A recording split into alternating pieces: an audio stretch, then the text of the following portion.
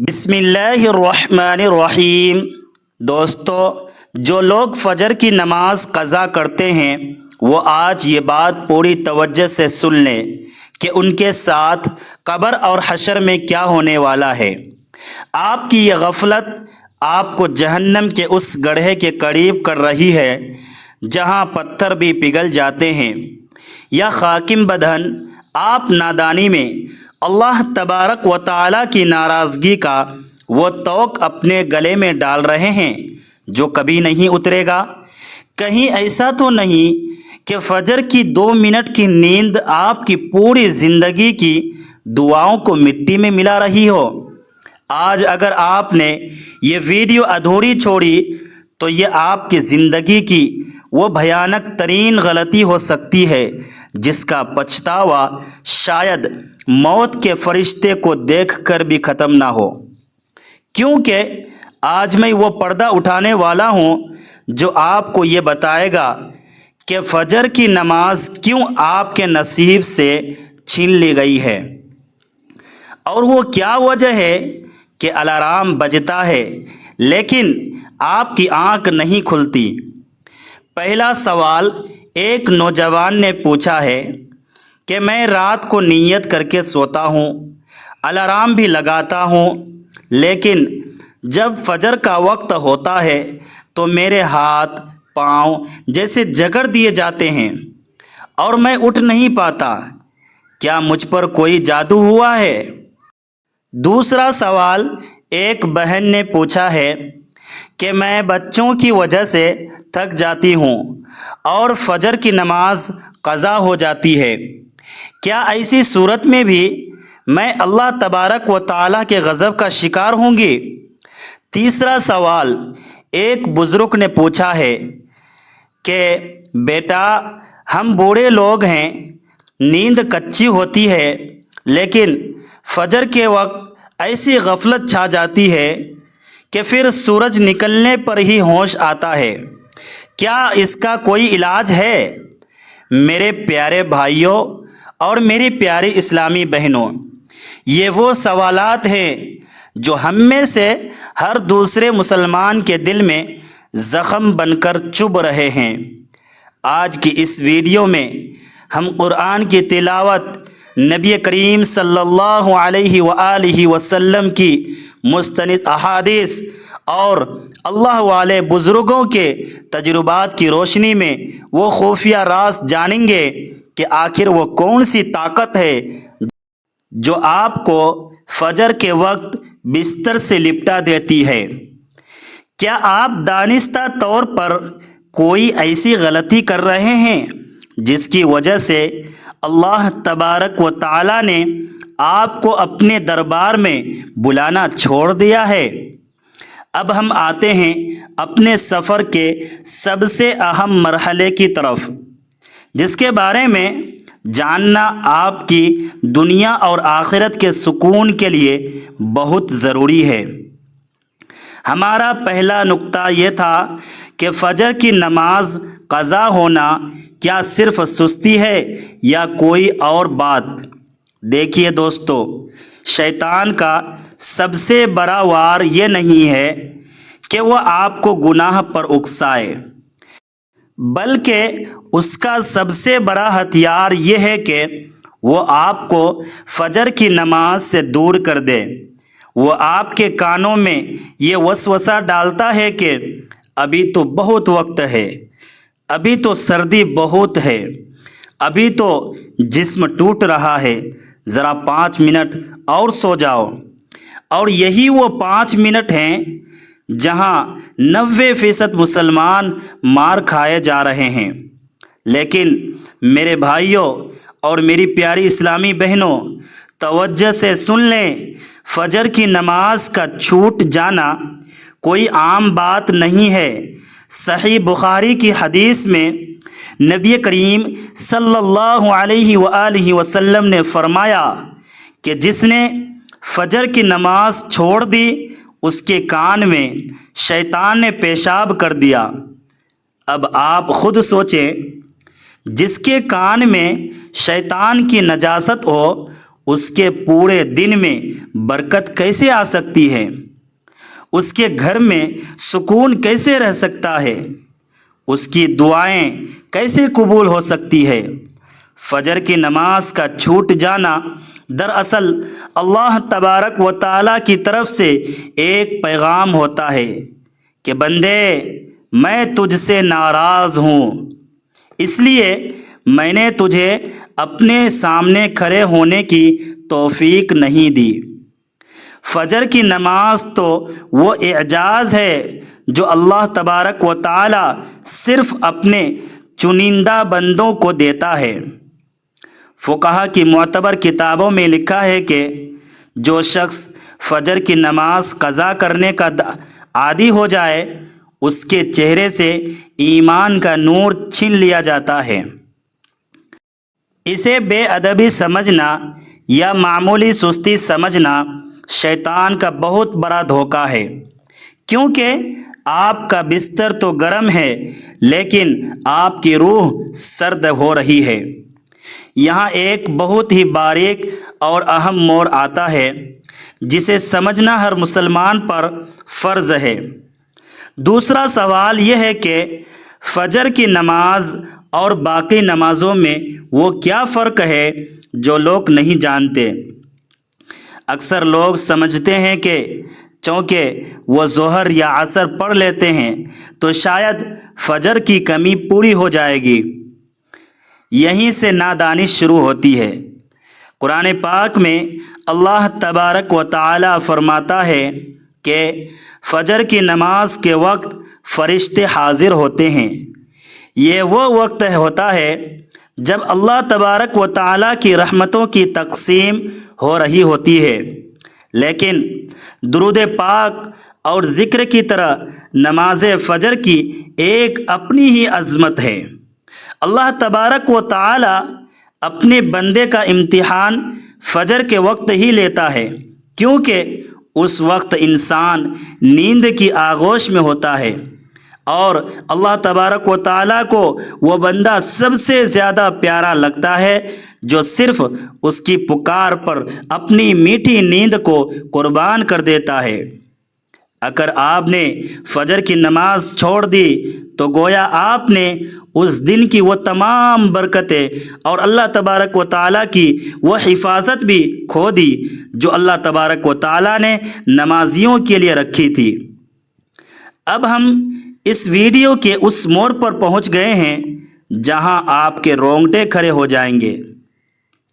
اب ہم اس سوال کا جواب تلاش کریں گے کہ کیا فجر قضا کرنے والے کا پورا دن نحوست میں گزرتا ہے؟ بہت سے لوگ یہ گمان کرتے ہیں کہ شاید یہ صرف ایک اتفاق ہے کہ جس دن فجر قضا ہو گئی اس دن کام نہیں بنتے، حادثات ہوتے ہیں یا دل پریشان رہتا ہے۔ میرے پیارے بھائیوں اور میری پیاری اسلامی بہنوں، حقیقت اس کے بالکل برعکس ہے۔ یہ کوئی اتفاق نہیں بلکہ اللہ تبارک و تعالیٰ کا قانون ہے۔ اللہ کے نبی صلی اللہ علیہ وآلہ وسلم نے فرمایا کہ جس نے صبح کی نماز پڑھی وہ اللہ تبارک و تعالیٰ کے ذمے میں آ گیا۔ ذرا سوچئے، جس کا ذمہ دار کائنات کا رب ہو اسے کوئی پریشانی کیسے ہو سکتی ہے؟ اور جس نے فجر کی نماز چھوڑ دی اس نے اللہ تبارک و تعالیٰ کا ذمہ توڑ دیا۔ اب وہ پوری دنیا کی ٹھوکروں کے رحم و کرم پر ہے۔ فرشتے یہ نہیں دیکھتے کہ آپ کتنے بڑے عہدے پر ہیں، وہ صرف یہ دیکھتے ہیں کہ کیا آپ نے آج اپنے رب کو سجدہ کیا۔ ذرا سوچئے، اگر فجر کے وقت اللہ پاک اس ذکر کو اور اس عبادت کو اہمیت نہ دیتا تو وہ اسے فرض ہی کیوں کرتا؟ اللہ تبارک و تعالیٰ نے اسے ہر حال میں فرض کر کے یہ ثابت کر دیا کہ وہ اپنے بندوں کو غفلت سے نکالنا چاہتا ہے۔ اب میں آپ کو ایک ایسا ایمان افروز واقعہ سناتا ہوں جو آپ کے دلوں کی بنجر زمین کو ہرا کر دے گا۔ ایک بزرگ گزرے ہیں جن کے بارے میں مشہور تھا کہ انہوں نے 40 سال تک فجر کی تکبیر اولیٰ قضا نہیں کی۔ ایک رات وہ بہت تھکے ہوئے تھے، بستر پر لیٹے تو آنکھ لگ گئی۔ جب آنکھ کھلی تو سورج نکل چکا تھا۔ وہ بزرگ اس قدر تڑپے، اس قدر روئے کہ جیسے ان کا اکلوتا جوان بیٹا فوت ہو گیا ہو۔ وہ اللہ تبارک و تعالیٰ کے سامنے گر گرا کر توبہ کرنے لگے کہ اے اللہ، مجھ سے کیا گناہ ہوا کہ تو نے مجھے اپنی حاضری سے محروم کر دیا۔ کہتے ہیں کہ اسی رات انہیں خواب میں بشارت ہوئی کہ اے بندے، تیری اس ایک فجر کی قضا پر جو تو رویا ہے اور جو تیرے دل میں طرب پیدا ہوئی ہے، اللہ نے اس کے بدلے تجھے ہزاروں سال کی عبادت کا ثواب عطا کر دیا ہے اور تیری پچھلی تمام کوتاہیاں معاف کر دی ہے۔ اس واقعے سے ہمیں یہ سبق ملتا ہے کہ اللہ تبارک و تعالیٰ کو صرف سجدہ نہیں بلکہ سجدے کی طرف چاہیے ہوتی ہے۔ لیکن میرے پیارے بھائیوں، اب میں آپ کو شیطان کی اس خفیہ چال کے بارے میں بتانے جا رہا ہوں جس کا شکار ہم میں سے ہر دوسرا بندہ ہوتا ہے۔ کبھی آپ نے سوچا ہے کہ جیسے ہی رات کو آپ سونے لگتے ہیں تو آپ کے ذہن میں یہ خیال کیوں آتا ہے کہ صبح دیکھی جائے گی، اللہ تبارک و تعالی بڑا غفور الرحیم ہے؟ یاد رکھیے، یہ آپ کا ضمیر نہیں بول رہا ہے، یہ شیطان آپ کے کان میں سرگوشی کر رہا ہوتا ہے، کیونکہ وہ جانتا ہے کہ اگر اس بندے نے فجر پڑھ لی تو یہ آج کے دن کی جنگ جیت جائے گا۔ اب ایک اور اہم بات جو آپ کو باقی اس ویڈیو سے جڑے رکھے گی وہ ہے فجر کے وقت اٹھنے کی وہ خفیہ طاقت جس کا ذکر بڑے بڑے اولیاء کرام، بڑے بڑے اللہ والے نے کیا ہے۔ علماء کرام فرماتے ہیں کہ جو شخص رات کو سونے سے پہلے ایک خاص عمل کر لیتا ہے، اللہ پاک فرشتوں کو ڈیوٹی پر لگا دیتا ہے کہ جاؤ اور میرے اس بندے کو فجر کے وقت جگاؤ۔ یہ وہ برکت ہے جو آپ کی زندگی بدل دے گی۔ اب میں آپ کو اس سب سے پاورفل عمل اور وظیفے کی طرف لے کر جا رہا ہوں جس کا آپ کو بے صبری سے انتظار تھا۔ اگر آپ چاہتے ہیں کہ فجر کی نماز کبھی قضا نہ ہو تو آج سے سونے سے پہلے یہ 3 کام کر لے۔ پہلا کام، سونے سے پہلے باوضو ہو کر بستر پر لیٹیں اور اپنے دل پر ہاتھ رکھ کر 3 بار یہ کہیں کہ اے اللہ، میں تیرے سامنے حاضر ہونا چاہتا ہوں، مجھے توفیق دے۔ دوسرا کام، سورہ کہف کی آخری 4 آیت پڑھ کر سوئیں۔ یہ وہ آیات ہیں جن کے بارے میں بزرگ فرماتے ہیں کہ پڑھنے والا جس وقت کی نیت کرتا ہے، اللہ تبارک و تعالی اسے اسی وقت جگا دیتا ہے۔ اور تیسرا اور سب سے اہم راز، وہ درود پاک جو آپ کی روح کو بیدار کر دے گا۔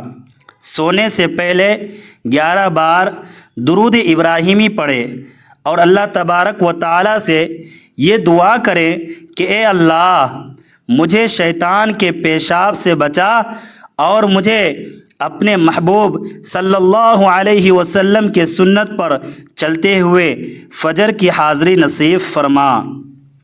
یاد رکھیے، یہ وظیفہ صرف الفاظ نہیں ہے بلکہ یہ اللہ تبارک و تعالی سے ایک عہد ہے جب آپ سچے دل سے یہ پڑھ کر سوئیں گے تو غیب سے کوئی آپ کو جھنجھوڑ کر جگائے گا اور وہ سکون ملے گا جو دنیا کی کسی نیند میں نہیں ہے۔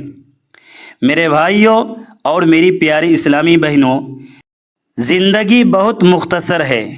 موت کا فرشتہ وضو کرنے کا وقت نہیں دے گا اس سے پہلے کہ ہماری نماز جنازہ پڑھی جائے۔ ہمیں اپنی فجر کی نمازوں کو آباد کرنا ہوگا۔ اللہ پاک ہمیں فجر کی پابندی نصیب فرمائے اور ہمیں ان لوگوں میں شامل کرے جن کے چہرے روز قیامت سورج کی طرح چمک رہے ہوں گے۔ آمین، اللہم آمین۔ دوستو، اگر آپ کو لگتا ہے کہ یہ بات کسی اور کی فجر بھی بچا سکتی ہے تو اسے صدقہ جاریہ سمجھ کر شیئر ضرور کیجیے گا۔ اللہ تبارک و تعالی آپ سب کا حامی و ناصر ہو۔ السلام علیکم ورحمۃ اللہ وبرکاتہ۔ ملتے ہیں کسی نیکسٹ ویڈیو میں۔ خدا آپ کا حامی و ناصر ہو۔ اللہ حافظ۔